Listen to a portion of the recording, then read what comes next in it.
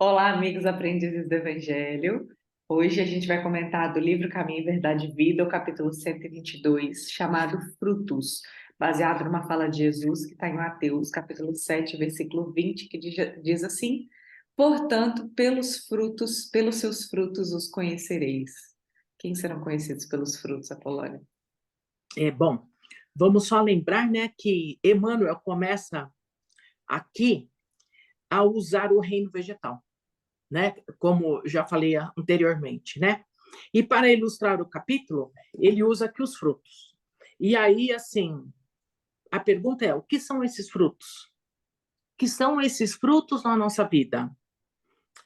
Aí ele diz assim, que quando a gente transforma as nossas dificuldades que encontramos em nossa vida, é, sejam elas de qual ordem for, e a gente consegue transformar esta ordem, o objetivo é que a gente recolha frutos dessa transformação, né?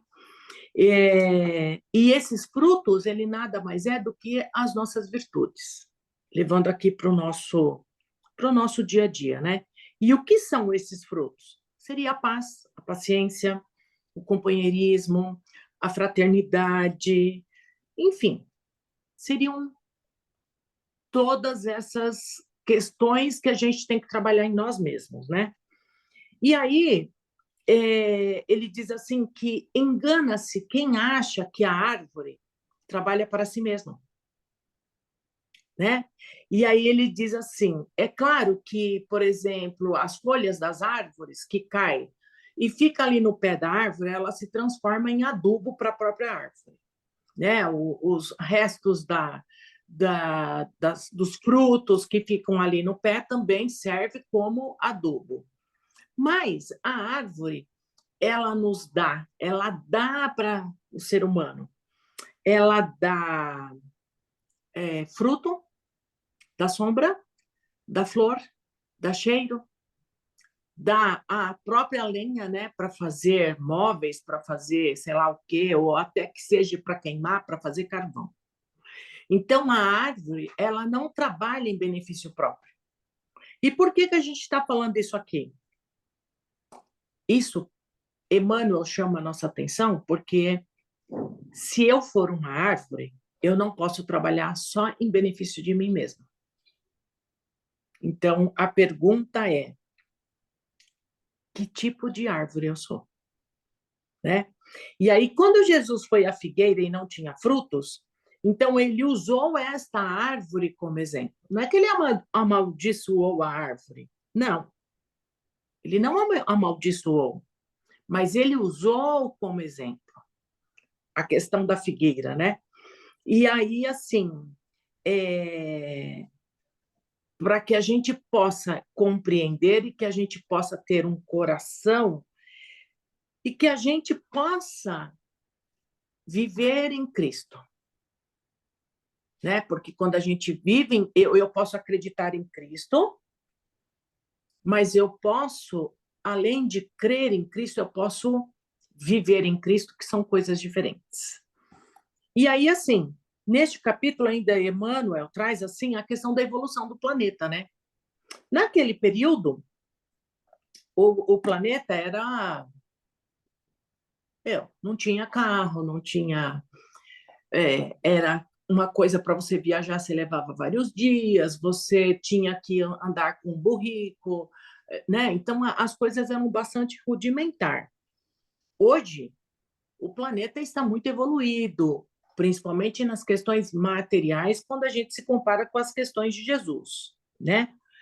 E esta questão da mudança do planeta surgiu aí no século 17, 18, 19, quando surge o iluminismo, que até então as pessoas utilizavam a religião como algo sendo obscuro, secreto, algo de medo, algo de... Enfim, Dominação. isto para dominar as pessoas. A partir destes séculos, que é quando surge a doutrina, né? A doutrina surgiu justamente nesse período, e aí ela vem para ter novas descobertas, né? Então, se descobriram novas terras, que foi que chegou aqui na América do Sul, foi nesse período. E também a doutrina começa a trazer aqui uma questão de pensar, de você entender o que tem de obscuro na religião, né? O que tem de obscuro na morte. E aí, então, a doutrina começa a trazer essa clareza em relação à fé cega que existia na antiguidade, tá? Bom, deixa eu ver aqui. E quando traz essa clareza, né, em relação da religião, então o homem passa a olhar para si mesmo, né? Então, assim, opa, peraí, então, se a vida após a morte, se com a morte não acaba tudo, então eu tenho que viver para agora, para a minha vida material do hoje, ou eu quero viver para a eternidade. E aí, então, o homem passa a refletir um pouco sobre isso, e aí ele começa a se importar um pouco com as coisas que ele começa a fazer, né? Com as coisas que ele faz. E aí surge, então, o exercício do autoconhecimento. E, e aí, quando isto surge, a gente começa a devolver os atributos deste pensamento através dos frutos que eu possuo. Então, eu passo a ser mais paciente, eu passo a entender o meu próximo, eu passo a não viver só o agora. Por exemplo, eu tenho que ter uma fazenda porque todo mundo tem, eu quero e eu vou viver. Ah, mas eu não tenho. Aí eu me frustro porque eu não tenho, e aí eu sofro eternamente, né? E aí a gente fica esperando morrer ou ir para o céu e viver dias de glórias lá, maravilhosamente, né? Tomando lá o chá, a bebida, sei lá o quê, e deitado o dia inteiro, dormindo na ociosidade, ou eu vou para o inferno e vou queimar lá no inferno o resto da minha vida, sem existir a possibilidade de sair de lá. Então, e por que uns dão bons frutos e o outro não? E aí, assim, quando a gente analisa, né, as árvores, né, o quanto ela é bela, o quanto as suas flores, né, o quanto o cheiro é bom, né, mas nem todas são iguais. Mas a natureza nos dá essa possibilidade. E aí nós, enquanto seres humanos, nós também somos iguais. Então, alguns são melhores, outros não. O que é que muda aqui? O que muda são a forma com que eu vejo a circunstância e a vida, como eu encaro a vida. E aí tem um pedaço que ele diz assim, ó, bom, a beleza da árvore, né, ninguém pode questionar, né? Porque assim, aqui eu tenho uma árvore, eu tenho um ipê roxo, né? E olha como ela é sábia. Há uns 20 dias caíram todas as folhas. Quando ela cai todas as folhas, no geral, sai flores. E aí eu falei, nossa, que estranho, nunca caiu folha nesse período. Até meu marido me chamou atenção sobre isso. Nunca caiu folhas nesse sentido, porque assim, quando cai folhas, eu tiro toneladas de folhas, né? Porque os vizinhos ficam muito bravos, né? Então eu tenho que varrer o telhado, quando termina, eu varro as frentes dos vizinhos, porque eles reclamam muito. E eu tiro sacos e sacos e sacos e sacos de folha. E aí o que aconteceu? Ela não saiu flores. Ela saiu novas folhas. E aí o que aconteceu com o tempo? Teve muita tempestade, muito vento aqui. Chegou aí, acho que 60 quilômetros aqui, mas teve lugar que teve a 100 quilômetros a ventania. Aí o meu marido virou e falou assim, meu, essa árvore é muito sábia. Você já imaginou se ela tivesse folhas? os galhos talvez não aguentaria, né? O movimento, porque estava pesado, e provavelmente, sei lá, iria cair, não sei. E ele falou: você vê que estranho, como a natureza é sábia. Meu marido, que é cético, me chamou a atenção a respeito. Eu falei: olha, gente, interessante mesmo.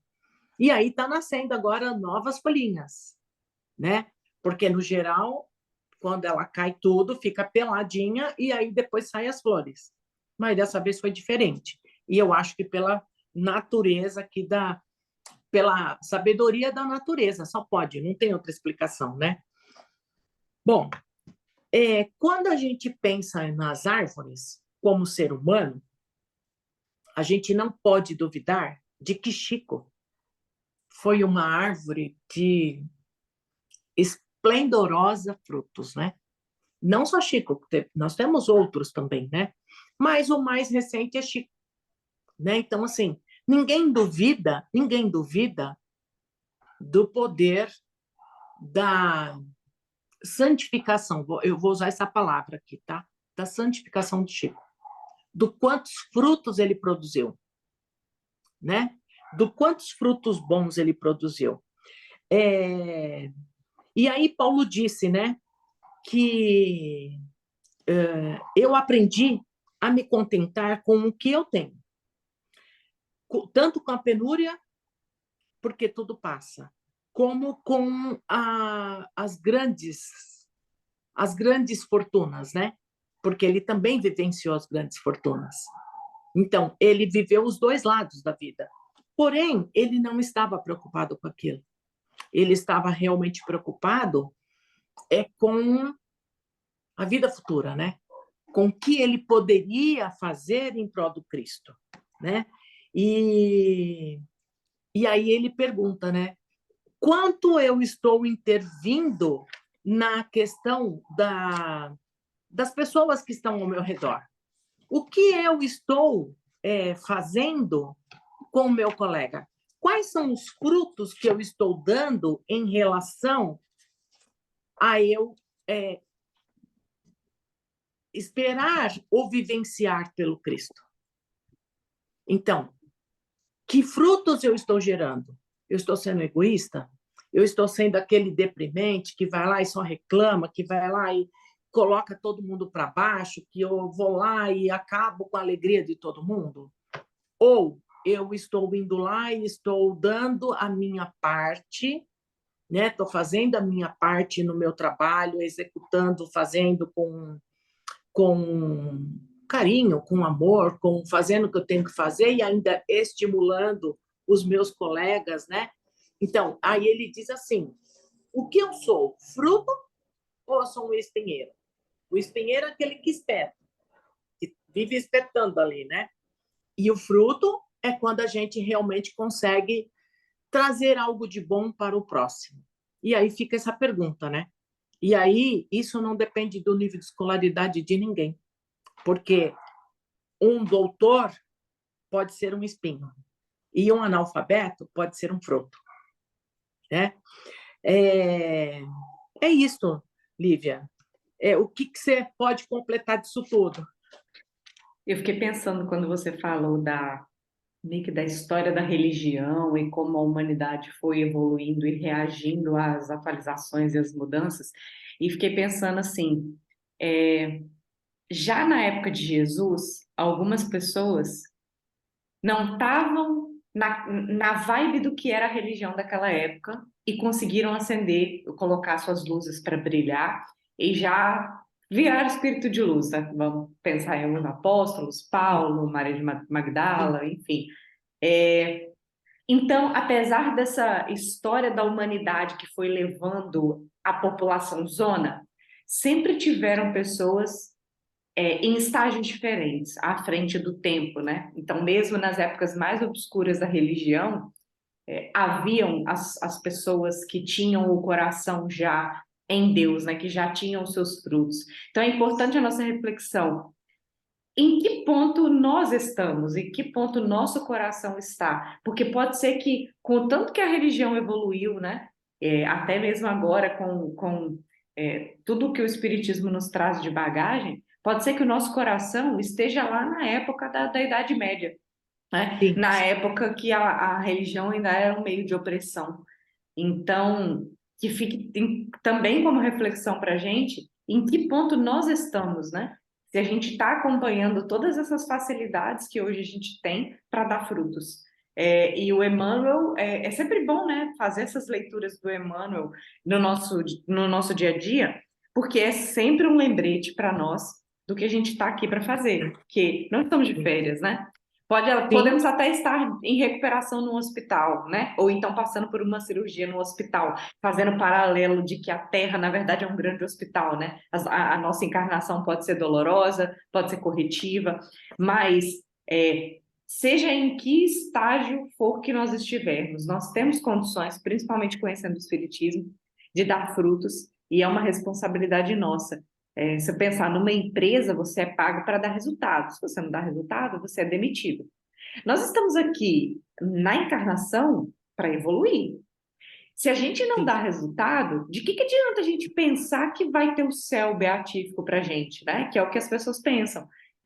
Fazem uma troca aqui, como falam, um mercado com Deus, né? Uma troca comercial com Deus e fica querendo o reino dos céus sem fazer por onde.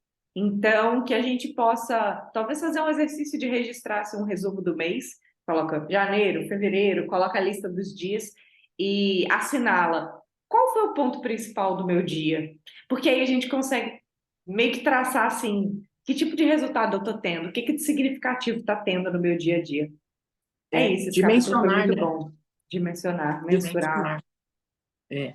Então, e aí assim, né, só completando que a reencarnação, ela é uma oportunidade muito grande para que a gente possa aproveitar este momento, né?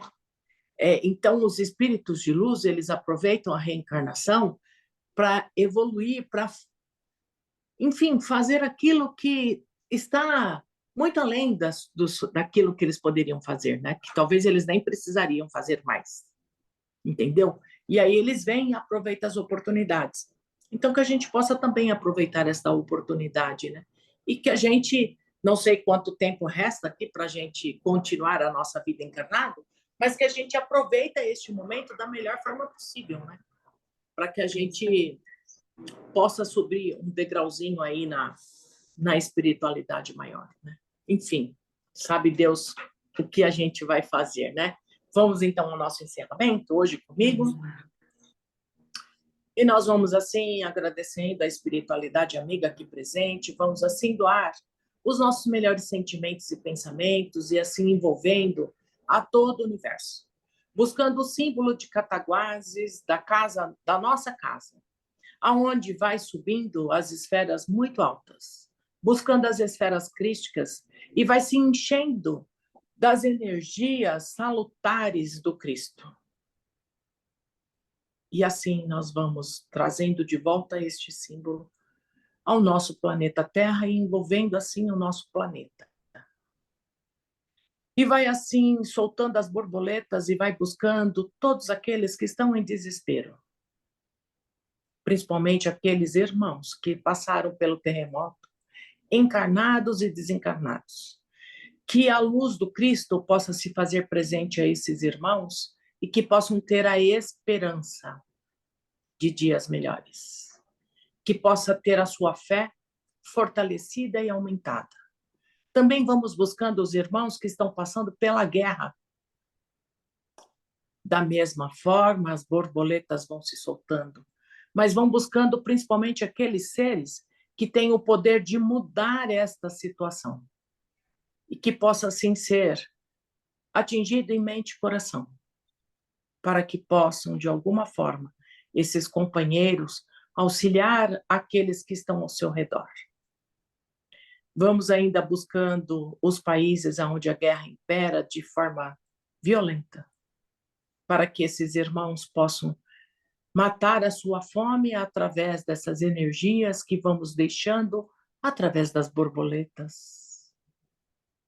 Mas vamos ainda buscando o Brasil, todo o seu contorno territorial, vamos imaginando que todo o seu contorno vai sendo imantado pelas cores do arco-íris. E as borboletas vão soltando-se e vão buscando todos os seres, pousando em seu mental e em seu coração, para que esses companheiros todos possam despertar para as responsabilidades morais, as responsabilidades da sua fé, desenvolvendo o amor ao próximo, mas principalmente os nossos políticos.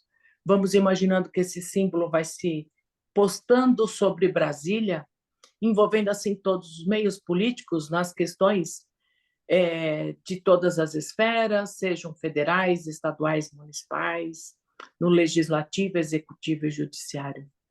Que todos esses companheiros despertem para a responsabilidade que têm em suas mãos. Mas vamos buscando todos os leitos de dores, todos os hospitais, e hoje em especial a gente vai buscando assim o pessoal lá da Litoral Norte, envolvendo todos os irmãos, sejam aqueles que estão trabalhando em prol do próximo, seja aqueles que desencarnaram, seja aqueles que perderam todas as suas casas, os seus locais, que esses irmãos possam ser reconfortados através dessas energias, de muita luz e de muito amparo. Ainda vamos buscando os nossos moradores de rua, para que eles possam encontrar alguma forma de sair desta condição de ser morador de rua, que de alguma forma as suas vidas possam ser tocadas e sejam modificadas. Vamos assim ainda deixando nossas melhores vibrações para todos os membros deste grupo, principalmente para os dirigentes deste grupo, voltando o símbolo para a casa de Cataguases, que vai ficando ali, permanecendo, distribuindo as energias para onde for necessário, e vamos ainda doando as nossas melhores energias a Bezerra de Menezes no espaço, para que assim ele possa utilizar onde se faz necessário. Que assim seja, graças a Deus. Que assim seja. Até Até a próxima, pessoal.